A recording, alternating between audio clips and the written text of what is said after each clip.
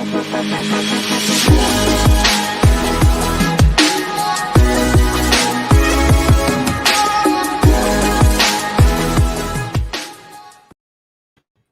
morning, everyone. I won't say happy Monday. It's a bloodbath out there, but I will say good morning. How are you doing, Austin? I'm doing all right, Andrew. How about yourself? I'm doing fine here. I mean, it's well, we have to talk about the obvious that is out there today. It's been a sliding. I mean, January's been tough for a lot of companies. That's for sure. Certainly, I have no sadness over FANG stocks getting decimated, which is great. All for it. But there's panic selling right now. There's lots of reasons for it. I mean, they're trying to say that's all because of Russia and Ukraine, and that's by absolutely not the case. I mean, that certainly doesn't help. What it does show is that there's no leadership in Canada, but there's very little in the States as well. And even the mainstream news has come out kind of acknowledging, like, no one seems to know what's going on. And I hate picking on Biden because it seems very clear that he's got some issues, and especially if someone's not well, that it's never good to pick on them. But I think the world is starting to realize that not only is the U.S. in a very weak position, they're rudderless right now, and that is causing most of the concern. Massive inflation, it's already here. It's going to continue. The supply chain issue is not going to clear up, even if they were to let the economy run and start picking things up. I mean, we saw here, which was wonderful, the trucker convoy that was blocking over the mandates. I saw some of the paid state news here. CBC was saying it was because of driving conditions, that's why they were protesting, which is an out-and-out lie. It's not only is it misinformation, it's an out-and-out lie. So it's interesting the way they're trying to cover these things up. But they've done a great job with these mandates to destroy the economy. And as a side note, China's last year grew at 8.4%, and we're seeing the crumbling over here of the West. Now, I won't even put on any type of conspiratorial hat, but it doesn't. You don't have to look too hard at the data and look at the reality and look at what we're facing at right today, and wonder there's a complete incompetence, or is this on purpose? I don't know, but we're gonna find out. Yeah, we're gonna get to see it. It's been an absolute bloodbath out there for a lot of January, but today is, I think, a day a lot of people are really starting to feel it more than anything else, because you're seeing a lot of the bigger ones take a hit. I mean, the NASDAQ was down 10% last week. The S&P 500 dropped another 800 or 900 points today or something like that. And there are contributing factors. You mentioned Russia-Ukraine conflict. You mentioned, obviously, supply chains and mandates, which had a huge effect. You've got surging inflation. You've got new monetary policies that are coming in a lot of countries that are not going to be beneficial in trying to help this. You've got U.S.-China relations are at an all-time low that they've been in my lifetime, certainly. Tons of contributing factors, but important to highlight, there are some green spots, we could say bright spots. We'll say green spots. Ariane Phosphate, a company we love, is up 16% on the year so far. Gold was up $1.70 today. Like, there are some highlights, but it is just it's kind of that market right now where and you're going to see a lot of people talk about, is this the crash? Is this the great reckoning that's been on our hand for all this money printing we've done over the last 2 years? Well, the reality has to hit home sooner or later. You can't just keep on printing. Now, I mean, maybe that's the plan, though. I mean, I remember COP26, they said that they were going to pledge, was 175 trillion towards climate change. And that means anything to do with climate, but battery storage, electric future. I mean, there's lots of good in there in the nonsense. But, you have to scratch your head again and go, wait, the global economy is about 98 trillion. So you're going to pledge twice what the entire global economy is. Where does that money come from? Like, oh, we're going to print it. So maybe that's the plan. I don't know. But, we're not ever going to be privy to those types of conversations to know what the plan is. But it is interesting if you look at that and kind of scratch your head. And also bear in mind that just because someone pledges something, I learned this early on, like with charities and whatnot. Just because someone pledges something doesn't mean they're giving it. Those are it sounds ridiculous. Like, hey, I'm going to pledge $100 to your charity. I may never give it to you. I'm just saying that I might. So that seems very odd, but that's the truth. Just because it's pledged doesn't mean that it's going to be done. So it's an interesting word, to say the least. But it just shows you the level of what we're dealing with, a level of reason that we're dealing with today. I'm very skeptical of most people that we have in charge of anything. And once again, this isn't advocating for the other side. Like, people will go, oh, you're picking on Biden because you want Trump in. I absolutely don't. I'm not advocating that in any way. I would take him over Biden 100%. But I mean, why would I want to pick? I don't want one for the other. That's not what I'm saying at all. So this is, if you can't criticize the absolute place, like the place we're in right now, without someone saying that, oh, it's because you want something else. I'm removing that out of the solution of anything. I can't see a single person out there that I would be chasing after. And I'm not American, so it's not my place to say. But I would say I like Ron DeSantis. But that's once again a political discussion, which has an entire bearing here. Like, it shouldn't. People think stock market and economics should have a distinct difference from politics, but never has. It never has. And today, more than ever, you're kind of saying it's the same thing, since they work hand in hand. Yeah, and that goes to kind of be highlighted as well by, you see the main thing that people are pushing as to why the markets are down is because everyone's scared over this Russia-Ukraine conflict, which realistically should have no impact on the share price of Netflix, but Netflix is down something like 30% on the year already. So it's it's these decisions, whether we like it or not, do get tied into the economy, and it's not necessarily a beneficial thing to have happening, but it's just the way the system runs at the moment. Yeah, and like I said, for years I've been rallying a crash in FANG. Netflix, I think, is one of the is a trusted misinformation sector. It's entirely run by propaganda. I won't even get into it, but I would hesitate anyone to pay for or want to have this subscription. I mean, I've seen some fun shows on there, but when I say a couple, I don't see the value. I mean, half the time I go through there, there's nothing that I'd want to see.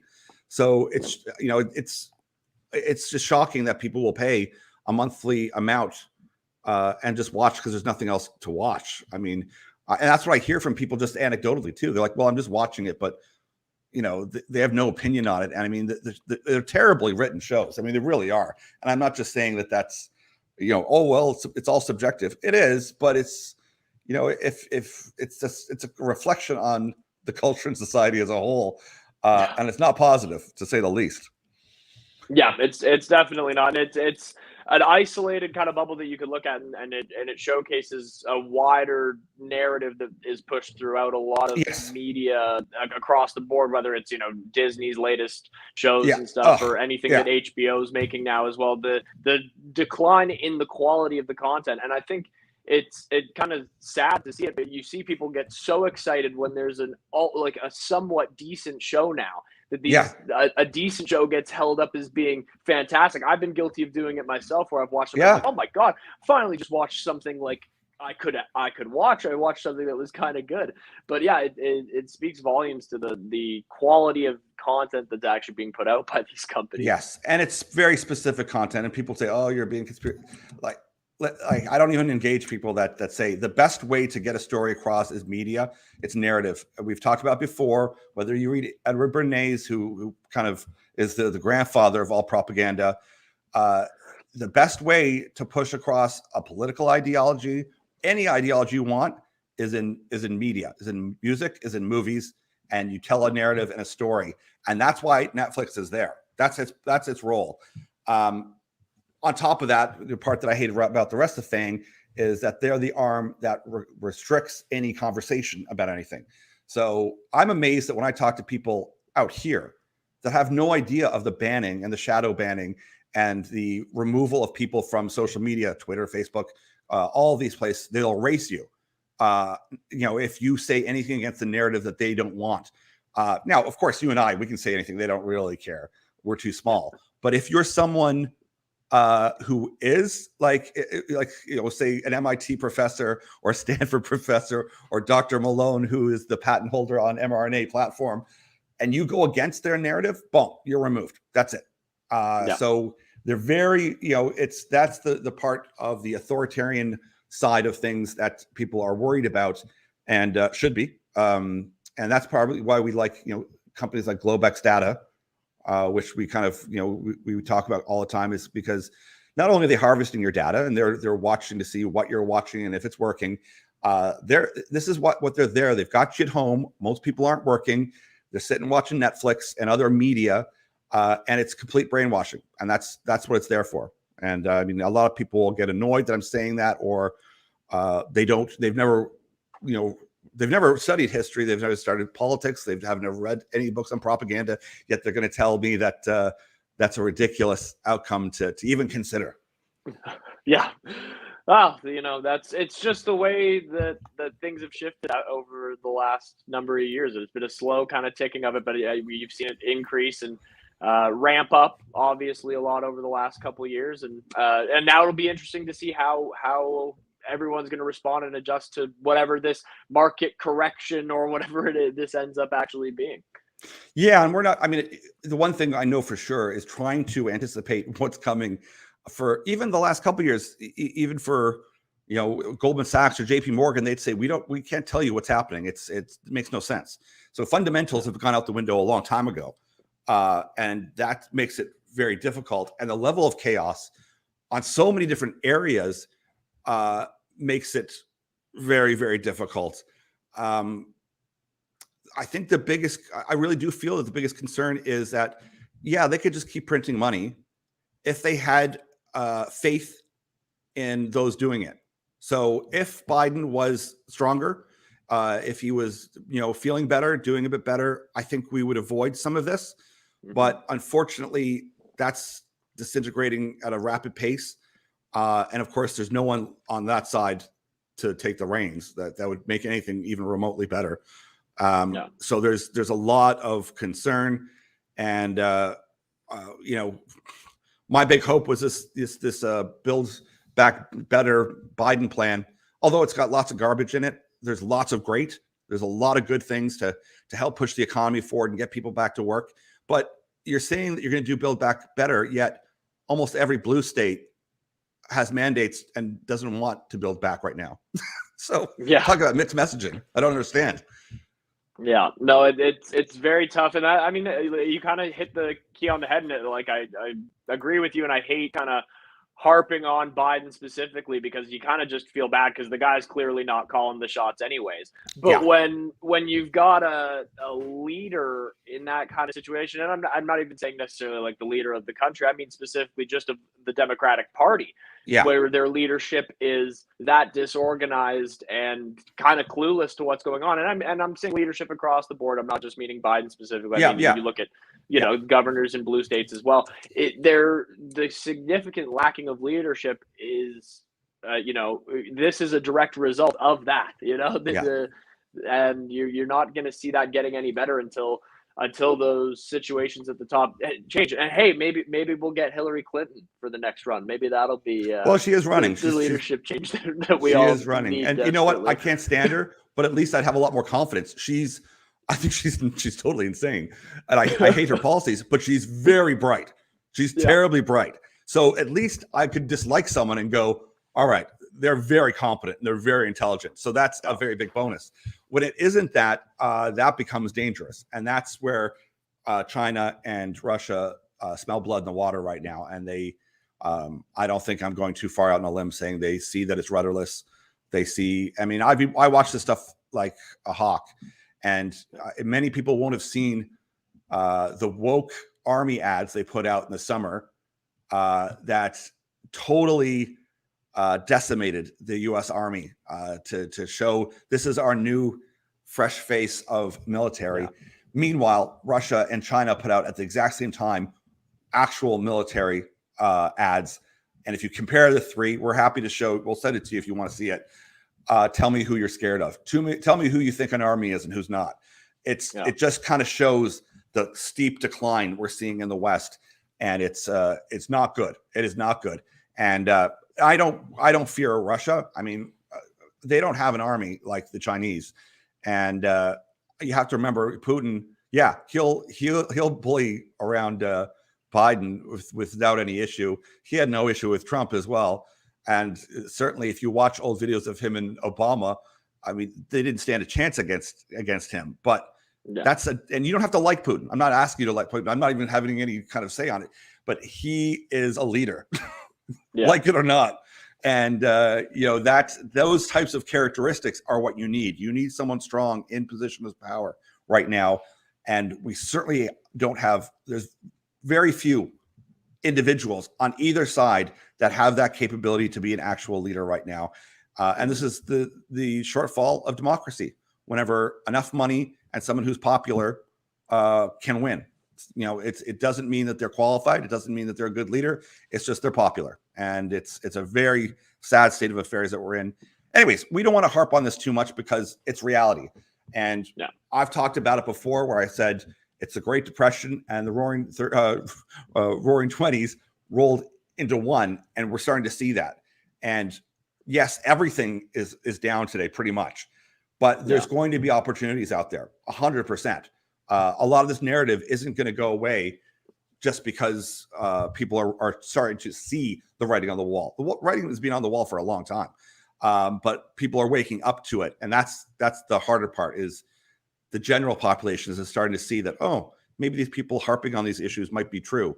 And certainly, we have to be careful with this one. As more and more data is revealed over the current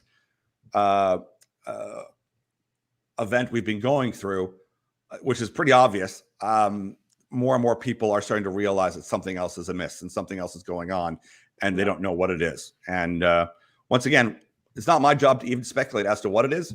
The data is very clear and very obvious, and people are slowly waking up to that as well. And that just creates more uncertainty and chaos, and that's reflected in the market.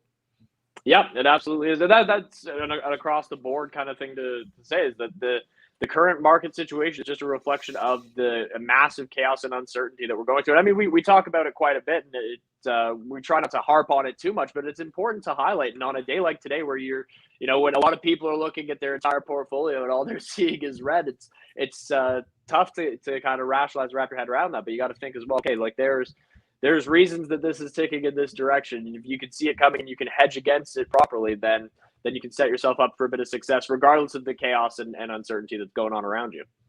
And let's wrap this up, because I don't want this to be, I mean, we're going to talk about something a little bit more negative, but at least it's not correlated, because I mean, you still have to convince me it is, but the crypto sector, because a lot of people would say, like, gold is primed. I'm very optimistic about gold. And I think we're seeing some resistance and levels. It's been up a little bit. And it should fare well. It doesn't mean it's going to. That's one thing I know for sure is with this market, there's nothing is acting the way it should, but the precious metals, all the metals should fare well for the next year ahead. But crypto has also been decimated right from the year of date, right from the beginning of the year until now. And we have an article here as well, kind of talks about all this regulation that's coming down the pipeline. Yeah. And it's an interesting one to see.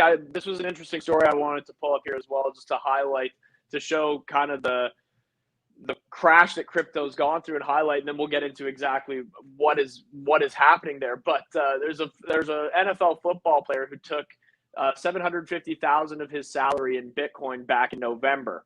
If you were to cash that out today after taxes, it'd be worth $35,000. Wow. 750,000 would have dropped to 35,000. Wow. But so it's a crazy drop that we've seen on the crypto front. It's a crypto winter is kind of the word that gets thrown around in crypto spaces. Yep. I mean, it was a massive sell-off that accelerated kind of throughout the weekend. And that's the thing, that for people who aren't super familiar with cryptos, you got to remember that crypto's trading 24/7. There's no stopping on it. It's not beholden to the rules of the U.S. market, where it starts at 8 a.m. and it's done at 2. But it's been an absolute. But you think this market's bloodbath, the crypto market bloodbath's been even worse. Yes, and I mean, we've been talking about it right from day one. As much as I like some of them, and I don't like a lot of them, like say Solana and Ethereum, which actually have use and have applications that can be used in the future, they're also totally crushed. But Solana more on fundamental issues of not responding the way it should. It needs a lot of work. So that one I understand is down because it's getting a lot of pressure. It can process a lot faster than all the rest of them, but it's not performing. So it should be beaten up because it's not performing as it should. Yeah. At least those two have, once again, they are an asset. There is something there where people will use. The rest, much of the rest, it isn't. I mean, they have to convince you that's an asset, and it isn't correlated to anything, and it's certainly not correlated with gold, where at least today, where it was before, people aren't running to it to being a place of safety. And because, like we said, these digital currencies are coming, and these countries are not going to allow a decentralized system. I don't care what world you'd like to see and hope to see in utopia and whatnot. It's not going to happen. It isn't. Like, I mean, that I'm pretty confident in coming out boldly and saying there's no reason why they would have set up an economic vision of the future like this to then just hand it over. It does. It makes zero sense. So as much as they wanted to keep the idea that this decentralized vision of the future, maybe there'll be some sort of asset that has that, but I just don't believe that anybody would give up that power. It doesn't make any sense.